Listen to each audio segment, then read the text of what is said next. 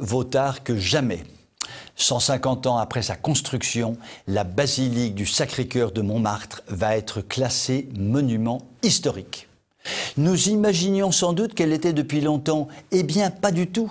La procédure vient d'être lancée à l'initiative de la Direction régionale des affaires culturelles d'Île-de-France et en partenariat avec la ville de Paris. Pour une fois, la foldingo d'Hidalgo a mis de côté son anticatholicisme primaire et viscéral. Qu'à cela ne tienne, d'autres se sont chargés de faire connaître leur vigoureuse opposition au classement.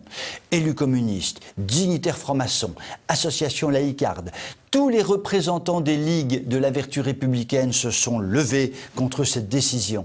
Et pourquoi ça? Parce qu'il paraît que c'est une insulte à la mémoire des communards. Et puis le Sacré-Cœur, c'est un symbole de l'ordre moral. Ces années durant lesquelles la France hésitait entre le drapeau blanc et le drapeau bleu-blanc-rouge. Essayons de rétablir un peu de vérité historique. Le projet d'ériger une basilique sur le Mont des Martyrs voit le jour dès la fin de l'année 1870, donc avant qu'éclate la Commune de Paris. Et cela dans un contexte international angoissant. Les Français ont perdu la guerre et ont lâchement abandonné le pape à Rome. Dans ce contexte, il s'agissait d'implorer pour la France le pardon et la miséricorde par une supplique au Sacré-Cœur de Jésus. La commune éclate quelques mois plus tard, en mars 1871, mais cela retarde le projet et finalement sur la colline, pendant la commune notamment, on se massacre gaillardement. Avec le retour au calme, s'instaure sur place une concurrence mémorielle pour parler en verbiage contemporain. Comment appeler cette colline? Montmartre? Mont des Martyrs? Mont-Saint-Denis, du nom du patron de Paris décapité à cet endroit, colline de la révolte communarde, outrageusement anti-religieuse. Quoi qu'il en soit, la première pierre de la basilique n'est posée qu'en 1875.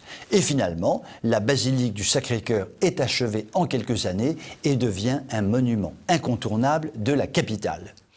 L'on aurait pu penser que les années passant, la basilique soit définitivement plébiscitée par les Parisiens de toute obédience. Mais non! Les idéologues ont la dent dure.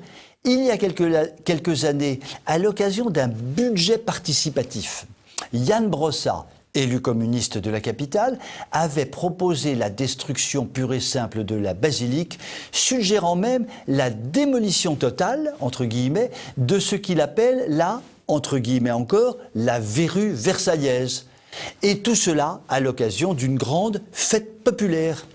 Rien que ça. Idée d'ailleurs reprise par des hommes politiques ou des journalistes de 3e ou 4e plan et remplan-plan et rataplan.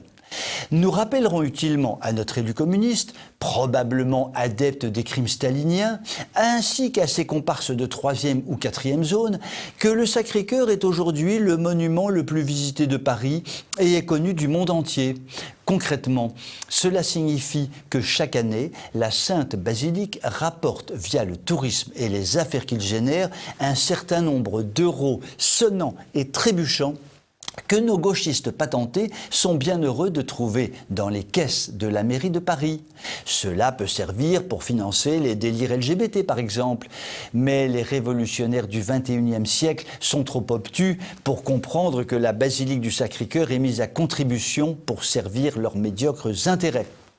Aujourd'hui, grâce à la sauvegarde du patrimoine, l'on peut se dire que la destruction du Sacré-Cœur n'est pas programmée pour demain matin.